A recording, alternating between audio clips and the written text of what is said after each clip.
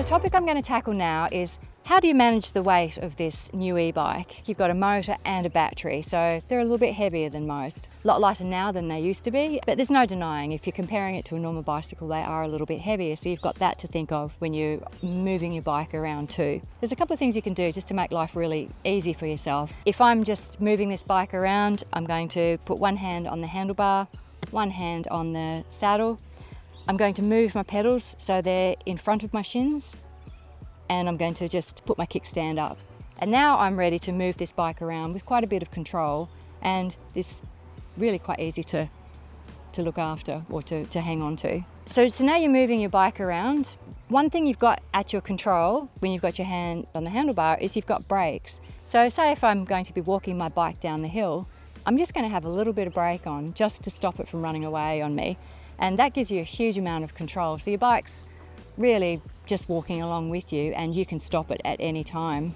If you're in that situation where you're out on a ride and you come around, you've got to get up over a curb or a little step or something like that, you don't ever want to lift the bike up. But if you do it in 2 steps, lift your front wheel and then use the saddle and lift your back wheel, that makes it much easier to get your bike up.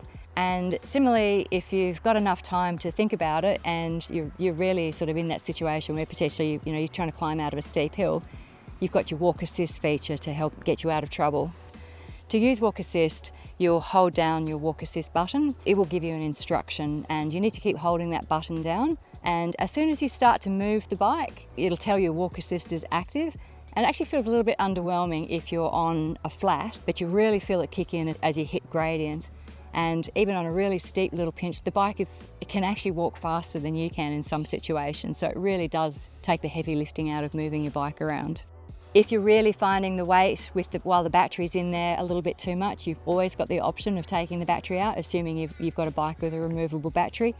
In this case, this is a 625 watt hour battery. It's a big battery. You take this out and you're taking nearly 4 kilos of weight out of the bike. Take it up the stairs, put the battery back in, and off you go again. Just those few little techniques should make it much more easy for you to move your bike around. You will get used to the way, the dimensions and sort of how it moves around, but I hope those help.